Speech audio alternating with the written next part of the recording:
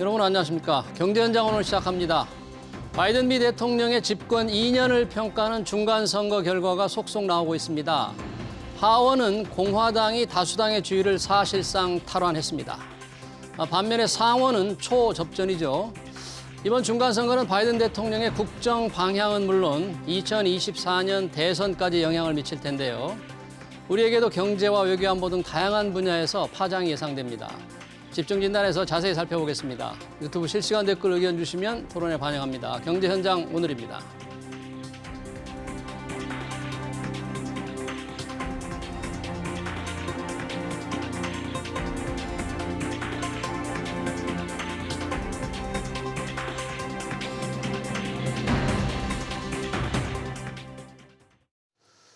미 중간선거 토론 함께할 두 분 소개합니다. 봉영식 연세대 통일연구원 연구위원 그리고 허준영 서강대 경제학부 교수 나오셨습니다.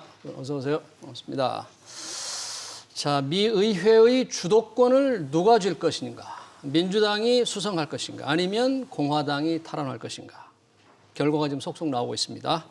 봉영식 의원님, 지금까지 나온 중간선거 결과 어떻게 지금 평가를 할 수 있나요? 어떻게 나왔습니까? 지금? 이제까지는 이제 민주당이 소위 3관왕 지위를 누리고 있었죠. 예. 대통령 조 바이든 민주당, 그리고 상원 50대 50인데 부통령이 캐스팅 보트를 쥐고 있으니까 민주당이 다수고, 예. 하원도 22석 대 213 그 압도적인 위치를 점하고 있었는데, 여기서 지금 추세가 계속된다면 하원에서는 공화당이 218석, 과반수죠. 예. 과반수를 훌쩍 넘는 그런 승리를 할 것으로 예상되고, 예. 상원은 아직 격전지에서 개표 결과가 확실히 나오질 않았습니다. 그래서 46대 46 동률인 상태로 있습니다. 네, 현재까지 하원은 민주당이 이제 4년 만에 다수당의 지위를 내줘야 하는, 민주당이 지는 거죠. 하지만 이제 대통령은 민주당 조 바이든 대통령이 아직 2년 임기를 남고 있기 때문에 이제 정권 교체 차원의 그런 도전은 아니고, 예. 앞으로 향후 국정을 운영하는데 앞으로 그 입법부의 그런 영향력을 더 받게 된다, 이렇게 말씀드립니다. 예를 들면은 이제 오바마 대통령 초선 때 네. 중간 선거에서 티파티의 적극적인 지원을 받은 이 공화당이 대승을 하원에서 했습니다. 근데 티파티는 작은 정부, 그 재정 보수주의를 지향하는 풀뿌리 민주주의 단체입니다. 그래서 그 영향력이 공화당이 장악하고 있는 하원에도 계속 그 팽창을 했기 때문에 기억하시겠습니다마는 정부가 예산을 절약해야 된다. 그것을 이제 예산법 통과, 예산안 통과와 연결을 했기 때문에 당시 이제 재정 절벽, 예산 절벽 상태가 돼서 많은 이제 연방 공공기관이 문을 닫거나 박물관이 문을 닫거나 아니면은 이제 공무원들의 월급이 지급이 지연되는 사태가 있었죠. 그런 식으로 의회가 대통령의 발목을 잡을 수는 있습니다. 네, 그렇군요. 아직 상원의 결과가 다 나오진 않았지만 우리 허준영 교수님 보시기에는 뭐 민주당의 어떤 패배랄까 아니면 어느 정도 선방이랄까 어느 정도로 지금 평가를 할 수 있을까요? 사실은 그 선거가 시작되기 전에는 민주당이 특히 상원 쪽에서 좀 불리하지 않나라는 생각을 좀 했었는데요. 지금 생각보다는 46대 46 선방인 것 같고요. 제가 그렇게 조금 민주당이 불리할 것이라고 생각했던 게, 최근에 지지율 추이를 보면 바이든 대통령 지지율이 43%로 집권 2년 차 전임 대통령들 평균 지지율은 49%보다 훨씬 낮은 수준이었고요. 왜 그랬을까를 생각을 해보면 결국 경제 이슈가 굉장히 중요한 이슈였던 것 같습니다. 최근에 미국의 유권자들을 대상으로 한 서베이를 보니까 가장 중요한 이번 선거의 이슈를 하나씩만 뽑아라고 했을 때 경제와 인플레이션 두 개의 선지를 합하면 한 44% 정도의 거의 절반에 해당되는 응답이 나왔거든요. 그냥 다른 뭐 예를 들어 낙태법이라든가 학자금 부채 탕감이라든가 이런 이슈들보다 훨씬 이제 경제 와닿는 이슈들이 훨씬 중요했던 것 같은 선거였고요. 그런 의미에서 최근에 고금리, 그다음에 미국의 경기 경착륙 가능성 이런 것들 때문에 사실 바이든 대통령의 인기가 최근 들어서는 약간 좋지 않았던 것 같거든요. 그런데 그럼에도 불구하고 미국 유권자들이 조금 더 기회를 주는 방향으로 가는 것이 아닌가, 정책에 있어서도 뭐 그렇게 판단이 되고 있습니다. 예.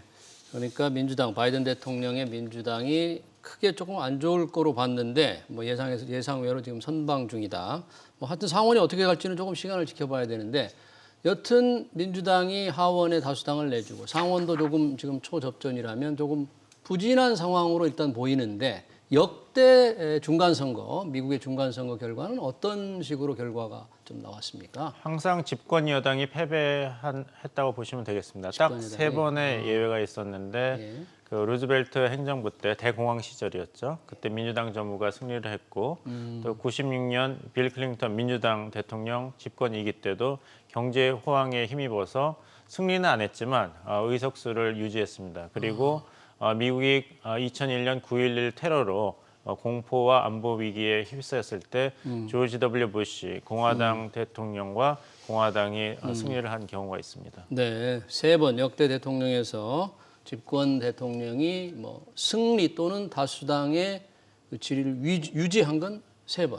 예, 빌 그렇습니다. 클린턴, 조지 W. 부시, 프랭클린 D. 루즈벨트. 그러니까 2018년 트럼프 전직 트럼프 공화당 대통령도 사실 2018년 중간 선거에서 민주당에 패배했다고 봐야 돼요. 하지만 전국 운영의 추동력을 상실하지는 않았습니다. 왜냐하면은 너무 크게 지지를 않았거든요. 하원에서는 44년 만에 민주당이 가장 많은 의석을 획득하는 큰 승리를 거뒀지만 상원에서는 오히려 공화당이 의석을 2개 추가했습니다. 또 주지사도 7개의 자리를 공화당이 더 추가로 석권했기 때문에 트럼프 대통령과 공화당 입장에서는 집권당과 현직 대통령으로 계속해서 전국 운영의 주도권을 유지할 수 있었습니다. 네. 근데 집권 여당 민주당의 부진 이유를 경제와 인플레이션 설문조사에서 나왔는데 당연히 이제 뭐 국민들의 먹고 사는 문제가 가장 중요할 테니까 그런 경제 인플레이션 외에 이번 선거에 또 변수라고 할까요? 키워드라고 하면 어떤 것이 영향을 더 많이 미쳤습니까? 뭐 아무래도 지금 뭐 사회적인 이슈는 낙태법 같은 게 사실 7월 정도에 굉장히 이슈가 됐어서 그때 이제 바이든 대통령이 인기가 약간 올라갔던 때가 있었는데 그 위로 약간 떨어졌던 때가 있고요. 예. 아무래도 제가 생각하기에는 이제 경제 이슈 중에서도 사실 이제 경기 부양책 관련된 이슈들도 있고 그다음에 저희가 인플레이션 감축법 이슈들 그리고 예. 치포라고 하는 반도체법 이슈들 이런 이슈들에 있어서 민주당이 공화당과 비슷한 부분도 있고 조금 디테일해서 다른 부분들도 있습니다. 그래서 사실 저희가 선거 결과를 굉장히 이제 귀추가 주목되는 저희 입장에서도 네. 한국에서도 귀추가 주목되는 입장이 있는 것이 사실은 이러한 정책들이 사실 저희에게 미치는 파급 효과가 어떤 당이 다수당이 되느냐 혹은 바이든 대통령이 앞으로 얼마나 이 길게 이 정권의 어떤 안정적인 이 국정 흐름을 가져갈 수 있느냐와도 관계를 맺고 있을 것 같아서 예. 네, 그런 부분들이 굉장히 중요한 부분이라고 생각합니다. 구체적으로 어떻게 영향이 나타날지는 조금 후에 바로 좀 얘기를 해보고요. 지금 상원의 다수당을 누가 차지할 것이냐가 굉장히 지금 촌미의 관심사인데 가장 경쟁이 치열한 주 어느 곳에서 어떤 양상이 지금 벌어지고 있습니까? 조지아주와 펜실베니아주입니다. 조지아주, 원래 펜실베니아주. 미국 여론조사 기관과 언론 매체에서도 격전지로 손꼽았던 곳인데 예. 펜실베니아주는 지금 민주당의 존 페더만 후보가 공화당의 메멧 오즈 후보를 약간 앞서고 있는데 승리가 거의 확실하다 이런 보도가 나오기 시작했습니다. 하지만 조지아주는 다릅니다. 그 공화당의 허셜 워커 전설적인 프로 축구 선수죠. 미식축구 선수. 예, 그렇죠. 그리고 라파엘 월록 민주당 그 후보가 정말 격전을 벌이고 있기 때문에 이것이 조지아 주 법에 따라서 어느 정도의 큰 적절한 충분한 표차가 나지 않으면 이제 선거를 해야 됩니다. 결선 투표를 해야 그렇습니다. 됩니까? 결선 투표를 해야 되기 때문에 과연 상원에서의 의석 분포가 어떻게 될 건지는 예. 사실 몇 개월 더 기다려 봐야 되지 않을까 말씀드리겠습니다. 조지아주의 경우 그 두 분 중에 누가 50%를 넘지 못하면 결선 결선 투표를 해야 되니까 그러면 최종적으로 이 상원의 색깔 다수당이 주의하려면 시간이 좀 많이 필요하겠네요. 조지아주 같은 경우는 이제 결선 투표가 12월 6일입니다. 12월 6일이요. 네네. 그리고 사실 지금부터도 거의 한 달 이후죠. 사실 그래서 저희가 이제 한국식 시스템에 익숙하시니까 다들 사실 선거 끝나면 바로 출구조사 나오고 그러면 대충 가늠이 되는 이런 시스템은 전혀 아닌 것이죠. 네. 그러면 먼저 뭐 여론 조사도 많이 있을 테고 정말 출구 조사도 있을 테고 이런 것들이 바로바로 작동이 안 된 미국의 선거 시스템 뭔가 지난 대통령 선거 때도 말이 많았잖아요. 우편 투표가 언제 도착하느냐, 언제 개표를 하느냐 그런 것들이 조금 문제가 혹시 되고 있는 상황도 있습니까 지금 중간 선거에서? 지금 뭐 여러 가지 보도가 나오고 있는데 이번에 우편 투표, 우편을 통한 사전 투표율도 굉장히 그 연례 없이 높은 수준으로 나왔습니다. 여기에는 그 예전에 보면은 2020년 대선에 보면은 이런 사전 투표를 하냐 안 하냐가 이제 그 당파에 따라서 확연하게 차이를 보였습니다. 예. 당시 트럼프 대통령은 그런 우편 투표를 하지 말아라. 조작의 가능성이 너무 높다. 예전처럼 선거 그 개표소에 와서 투표를 직접 해라. 그렇지 않으면은 당신의 소중한 참정권이 훼손된다 이렇게 이야기를 했죠. 그러니까 공화당 지지자들은 우편 투표를 거부했어요. 네. 많은 분들이. 하지만 민주당 측에서는 코로나가 아직도 위험한데 정부가 솔직하게 그 위험을 얘기하지 않는다. 고로 우편 투표를 해서 우리를 보호해야 된다. 이런 또 입장을 취했는데 예. 시간이 많이 흘렀고 이제 미국도 코로나 사태에서 이제 자유로워졌다는 그런 판단이 섰기 때문에 우편 투표는 이제 편의를 기준으로 하는 것으로 보입니다. 예. 자, 선거 결과가 최종 확정되면 뭔가 정책의 방향을 토론하기나 좀 쉬울 텐데 일단 하원 공화당 승리, 상원은 민주당의 우위에서 뭐 가까스로 유지하거나 혹시 공화당에 또 다수당을 내놓을 수 있다는 그런 전제로 볼 때 바이든 대통령의 국정 운영 방향, 가장 주요 정책 중에서 뭐라 그럴까 시험대에 놓인다거나 변화의 가능성이 큰 어떤 정책을 든다면 어떤 것부터 얘기하실까요? 저는 사실은 저희가 제일 걱정하는 부분인 인플레이션 감축법은 사실 지금 계속해서 나오는 얘기가 예. 이건 이제 바이든 대통령이 IRA라고 부르죠. 네, 인플레이션 감축법. 네. 네. 이 부분을 이제 우리 입장에서는 이게 어떻게 수정이 될 건지 아니면 유예가 될 건지 아니면 철회가 될 건지 뭐 철회까지는 안 되겠지만 인플레이션 감축법이 미국에 생산된 전기차에만 보조금을 주는 내용 그 부분이죠. 그 부분인데요. 좀 더 넓게 보셔야 됩니다. 넓게요? 예, 네. 넓게 보시면 뭐냐면 아주 법인세 증세가 있고요.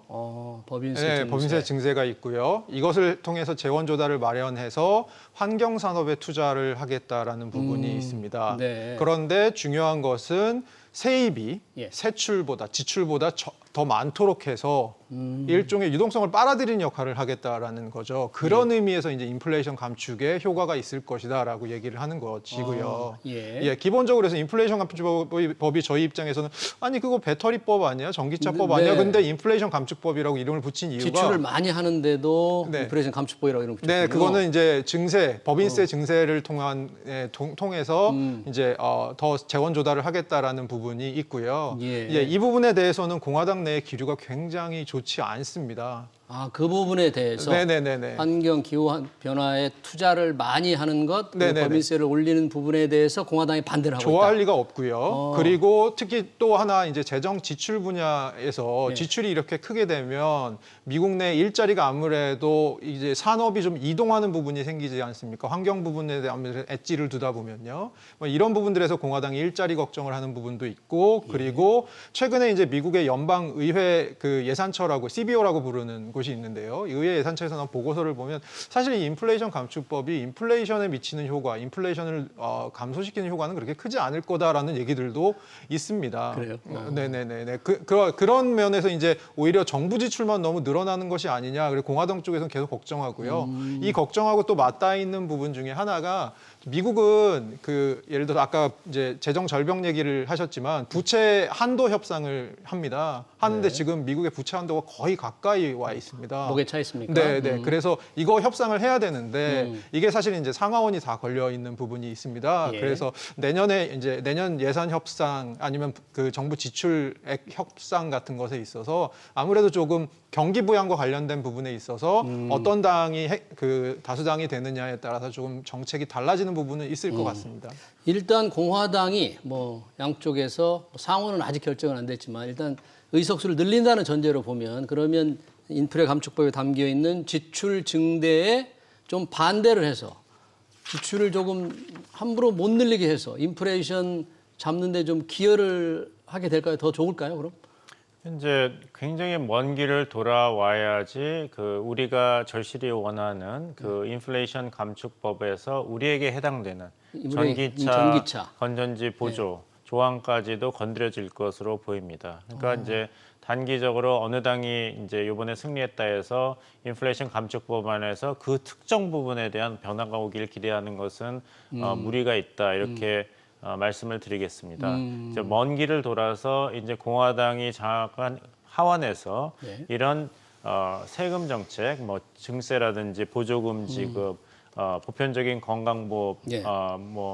라든지 뭐 소비세를 올린다든지 법인세를 증가하는 이런 데는 반대하는 입장을 취하다가 예. 그것이 IRA의 그 개정까지도 이어져야지. 그렇죠. 우리에게는 어떻게 미국 정치에 우리의 입장을 설득할 수 있는 공간이 생기고 그 다음에 그 IRA에서 중요한 부분은 아니지만 포함되어 있는 외국산 전기차, 건전지가 미국산 그 전기차와 동등한 대우를 받을 수 있어야 된다는 미국 의회의 법안까지도 이어질 것입니다. 야, 그러니까 우리 봉영식 의원님 말을 들어보니까 우리가 관심을 갖는 인플레이션 감축법 중에서 전기차 분야에서 현대나 기아차가 생산하는 전기차까지 보조금을 받도록 되는 데는 정말 빙빙빙빙 한참 돌아가야만 되니까 제가 받는 인상은 좀 불가능할 것 같다는 건 그리고 느낌까지 받네요. 우리 현대자동차가 전기차, 한국 전기차가 미국에서 생산한 전기차와 동등한 대우를 받아야 된다는 그런 우리의 그 주장 중에 하나는 환경입니다. 예. 친환경에 기여하는 바에서는 외국에서 만든 전기차든지 미국에서 조립한 전기차든지 기여하는 바는 똑같거든요. 화석연료를 쓰지 않으니까. 그렇게 동등한 대우를 당연히 해달라. 그것이 바이든 정부가 IRA에서 지향하는 친환경 정책이 아니냐. 이런 주장을 할 수 있는데 예. 민주당이 하원에서 다수의 지위를 잃는다면은 이런 우리의 설득이 그다지 효과를 발휘하지 않는 그런 정치적 상황이 전개될 것입니다. 공화당이 이 바이든 대통령의 IRA 인플레이션 감축법에 반대한다고 하더라도 우리가 관심을 갖는 전기차, 외국산 전기차에 대해서 보조금 차별하지 않는 문제 이것까지 반대해서 우리 쪽에 유리한 쪽으로 바꾸는 것까지 기대하는 건 정말 어렵겠네요. 그것까지 반대하는 건 아니죠, 공화당이. 네, 그것까지 반대하는 건 아니고요. 오히려 이제 아까 위원님 말씀하신 것처럼 먼 길을 돌아와야 된다라는 부분이 이제 IRA 철회까지는 그런 게 있고요. 사실 더 현실적인 방법은 제가 생각하기로는 2023년이 어떤 해냐면 1년 동안 IRA 처음 나올 때 한 700페이지 정도의 그 내용이 나왔습니다. 근데 그게 다 디테일을 담고 있지는 못하거든요. 그래서 미비 조항에 대해서 수정 보완하는 기간이 2023년입니다. 차라리 이때 저희가 이제 우리 측의 입장이나 이익들을 반영할 수 있도록 뭐 미국과 끊임없이 협상을 하고 또 이제 공화당 의원들 중에 이 IRA에 이제 극렬 반대하는 의원들도 혹은 또 저희와 이해관계가 얽혀서 이 IRA에 좀 같이 하지 않는 의원들과 함께 또 저희의 그 세부 조항들을 저희에게 좀 유리하도록 이제 협상을 해가는 부분이 내년 1년 동안 조금 필요한 부분이라고 생각합니다. IRA 법이 바뀌는 것보다 구체적인 상황이 만들어질 때 우리에게 유리한 쪽으로 만들어지는. 그러니까 이번 중간선거 결과로 IRA에 대해서 공화당이 좀 반대를 한다고 해서 섣불리 우리 쪽에 유리하게 될 거라고 기대할 수는 없다. 뭐 이렇게 정리가 되네요. 이번 선거 결과로 미국 산업 지원, 정부의 뭐 에너지 분야라든지 여러 분야에 대한 산업 지원이 조금 공화당의 우위를 잡으면 바뀔 가능성이 있는 분야는 좀 있습니까?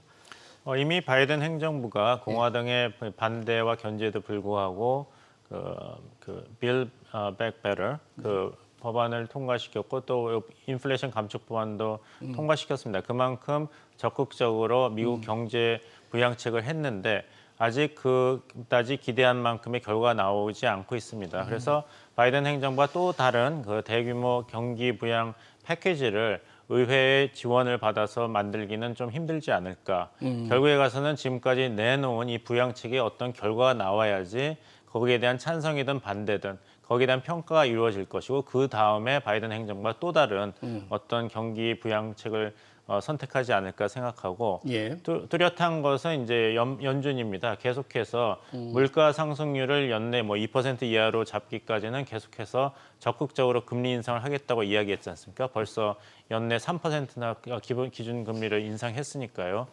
그런 정책, 연방준비위원회의 적극적인 이제 그런 기준금리 정책은 유지될 것으로 보입니다. 선거 결과가 미 연준의 어떤 통화 정책에 미칠 영향은 없는 거죠? 어떻게? 제 생각에는 이게 단순히 뭐 중앙은행의 독립성 이런 문제뿐만이 아니고 결국은 지금 연준은 뭘 향해 달려가고 있냐 하면 물가 잡기 위해서 달려가고 있습니다. 사실은 이제 선거 결과도 물론 미국 사회나 정치 지형이나 여러 가지로 중요하겠죠. 경제 정책이나. 하지만 연준이 지금 물가 잡기 위해서 맹렬히 달려가는 부분들에 대해서 물가가 잡히지 않으면 사실 연준이 달려가는 것을 멈출 수 없는 환경이 될 수밖에 없는 것이죠. 예. 아까 이제 그 73년대 로 vs 웨이 임신 첫 6개월 동안에 낙태를 할 권리를 보장한 그런 대법원 판결을 이번에 연방대법원이 뒤집었습니다. 그렇죠. 그래서 낙태권을. 16개 주에서는 이제 낙태가 범죄가 되었습니다. 여기에 대해서 여성 유권자들이 굉장히 분노를 했는데 이런 여성 유권자들이 전폭적으로 민주당 후보를 지지하는 쪽으로 표심이 움직이지 못한 것은 교수님께서 말씀하신 대로 결국엔 물가입니다. 여성 유권자 입장에서는 그 낙태, 권도 중요하지만 특히 아이가 있는 가족이 있는 그 도시 밖에 사는 이제 여성 유권자 입장에서 본다면 주부를 포함해서 예. 물가가 너무 상승을 하니까 자녀 교육비라든지 생활비가 올라가니까 이 민주당과 바이든 행정부에 대해서 전폭적인 지지를 보내기가 힘든 것입니다. 그래서 이게 낙태권에 대한 분노가 물가 상승을 포함한 경제의 어려움이 상쇄하는 그런 상황에서 민주당이 이번 중간 선거에 임하게 되었습니다. 네, 말씀하신 대로 연방 대법원에서 낙태권 폐기 철회를 하고 나니까 여성들이 이제 분노가 있었지만 그 분노가 민주당의 지지로까지 이어지지는 못했다. 인플레 때문에 결국 인플레 잡는 문제가 이번 선거 결과를 많이 좌우하겠네요. 낙태권 문제도 그렇고 미국 국내 정책이나 사회 또는 여러 가지 문제 중에서 혹시 변화가 생길 분야 뭐 그런 건 있습니까? 뭐 경제 정책 중에서는 아까 제가 잠깐 말씀드린 대로 정부 앞으로 지출의 규모 같은 것들에 대해서 얼마나 브레이크가 걸릴 것인지가 아마 어떤 당이 되느냐에 따라서 좀 다를 것 같고요. 기본적으로 두 당이 가진 조세를 바라보는 관점 그리고 정부 지출을 바라보는 관점이 좀 다르기 때문에 그런 부분이 있을 것 같고요. 오히려 저는 내년이 굉장히 힘든 해가 될 것 같은 게 사실 연준의 이 금리 인상이라는 것이 사실 좀 시차를 두고 경제에 영향을 미치게 됩니다.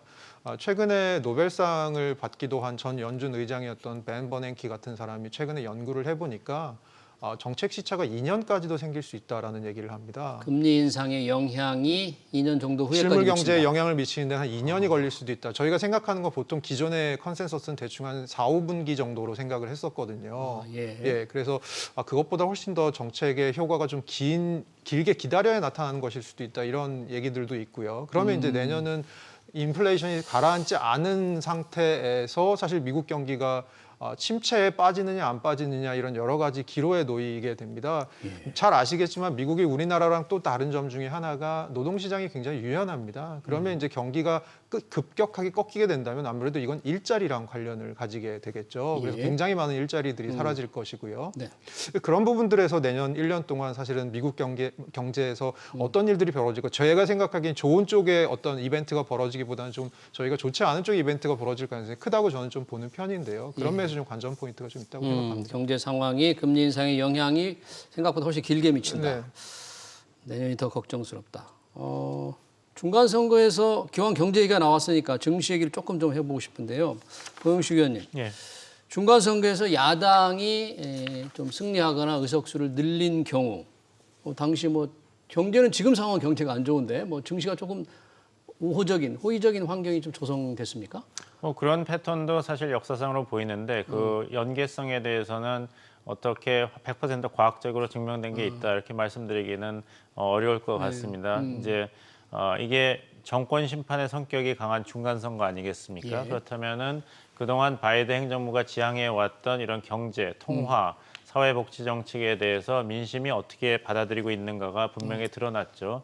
그렇다면은 공화당 입장에서는 이제 정치적 공세에서 그것을 최대한 활용할 것이고 또 수세 입장에 있는 민주당과 백악관에서도 정책 입장을 변화할 수밖에 없다는 그런 심리가 증시에 작용할 것은 확실한 것 같습니다. 여기서 중요한 건 이제 정치적 변수인데 바이든 대통령의 리더십입니다. 과연 재선을 위해서 출마를 할 것인가 아니면 이번 중간선거 결과를 판단해서 이제 새로운 민주당 대선 후보를 고려할 때가 된 것인가라는 이야기가 이제 민주당 내에서 시작될 것이고 마찬가지로 공화당 입장에서 승리한다 하더라도 이것이 누구 덕분에 우리가 이룬 승리인가 트럼프 덕분인가 공화당이 트럼프가 필요한가 트럼프가 가장 유력한 우리 당을 대표하는 대선 주자인가 아니면 우리 당은 2024년 대선을 도널드 트럼프가 복귀 안 해도 더 잘 치를 수 있을 것인가 이런 논의가 이제부터 시작될 것입니다. 트럼프 대통령 이번에 뭐 상당히 유세를 많이 하고 지원을 했는데 15일 날 중대 발표를 하겠다고 일단 선언을 했어요. 대통령 재도전이겠죠? 어떻게 예상하십니까? 뭐 저는 재도전을 하려고 할 것 같고요. 네. 지금 트럼프 쪽에서 최근에 공개한 자료를 보니까 거의 2등과의 차이가 70대 10이라고 뭐 이렇게 유세를 하고 뭐 하는 것 같아요. 근데 2등이 누굽니까? 어떤 사람들이? 2등이 그 론 디센티스라고 그 마이애미 그 플로리다 주지사인가요? 지금 주지사? 네, 예. 그거 그런 그분이고요. 음. 그래서 제가 생각하기에는 지금 2등과의 격차가 뭐 트럼프가 강조하는 것처럼 그렇게 크지는 않은 것 같고요. 예, 그런데 지금 아까 저희가 방송 들어오기 전에 잠깐 말씀 나눴지만 사실 트럼프는 이제 수사에 이제 리스크 같은 것도 조금 있는 상황이고요. 사법 리스크. 네, 사법 리스크가 약간 있는 상황이고 최근에 뭐 단순히 그 의회 난입을 방조했다 이런 것뿐만이 아니고 뭐 방첩법 같은 범죄의 혐의를 받고 있다고도 하더라고요. 이 방첩법의 구체적인 내용, 뭐를 위반했는지는 이제 공개하지 않고 있는데요. 그래서 사법 리스크가 좀 있는 것 같고요. 그래서 아까 이제 우리 봉 의원님이 말씀하신 대로 공화당 내부에서도 고민이 깊을 수밖에 없을 것 같습니다. 예. 봉 의원님 그러면 예. 어떻습니까? 트럼프 대통령의 재선 가도에 걸림돌이 될 수 있는 본인이 이제 15일 날 중대 선언하면 뭐 아마 재선을 도전한다는 공표할 것 같은데 어떤 걸림돌들이 있을까요? 글쎄요, 그 본인도 여러 가지 생각이 있을 것입니다. 사실 이렇게 대선 출마 의사를 밝힌다면은 미국 선거 캠페인의 전반적인 추세를 볼 때는 너무 이른 선언입니다. 아 이게요. 네, 그 본인의 이제 지지 세력 규합이라든지 네. 선거 자금 모집이라든지 이런 것은 다 타이밍이 중요한데 너무 일찍 시작한다면 끝까지 강세를 유지할 수 있을 것인가? 왜냐하면 이제 주목을 받고 정치 공세에 타겟이 될 테니까요. 왜 이렇게 빨리 대선 출마 선언을 할 것인가? 그리고 과연 할 것인가가 저희가 주목해야 될 이슈라고 하겠고 예. 뉴욕 타임즈가 인용한 10월에 인용한 여론조사를 보면은 네. 비록 트럼프 대통령은 이번에 재선에 성공한 플로리다 주지사 론 디산티스를 폄훼하는 발언을 했지만 네. 사실은 그렇게 발언을 계속한다는 건 그만큼 의식을 한다는 거 아니겠습니까?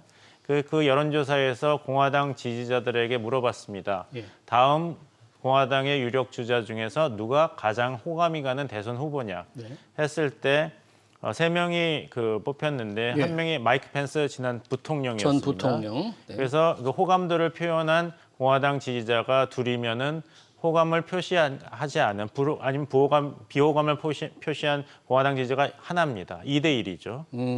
근데 트럼프는 비호감도 비율이 3대 1입니다. 마이크 펜스 부통령보다 훨씬 좋죠. 예. 근데 론 디산토스에 대한 호감도 비호감도 비율은 5대 1입니다. 호감도가 그러니까 공화당 지지자층에서는 론 디산티스의 호감도가 훨씬 트럼프 대통령의 호감도보다 높게 나타나고 있습니다. 그렇군요.